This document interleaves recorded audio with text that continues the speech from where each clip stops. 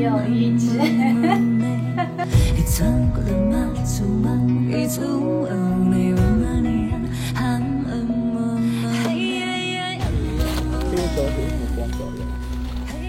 现在回到小时候，这里就是我家。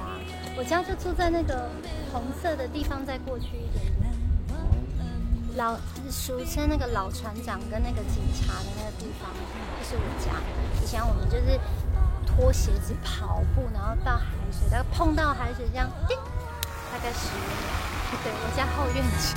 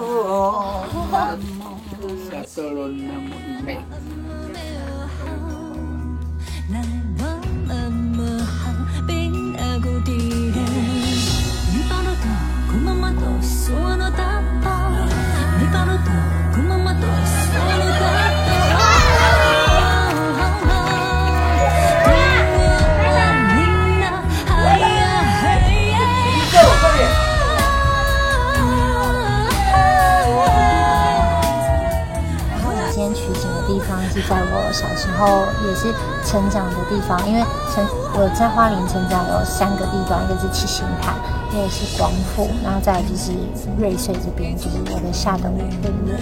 然后秀姑峦溪算是一个爸爸们、伯伯们非常爱来的地方。然后我们小的时候也都在这边生活啊、搭棚啊，然后烤肉这样子，所以这个地带算是一个我充满回忆的地方。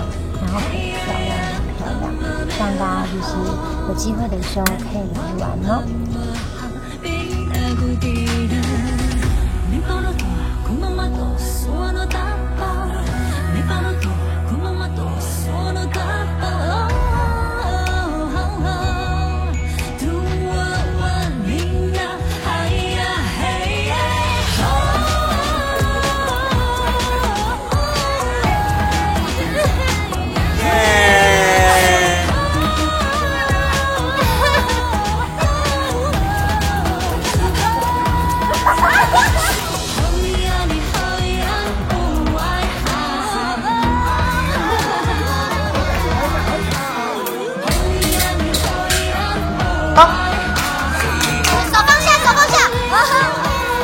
准备好来，3、2，来。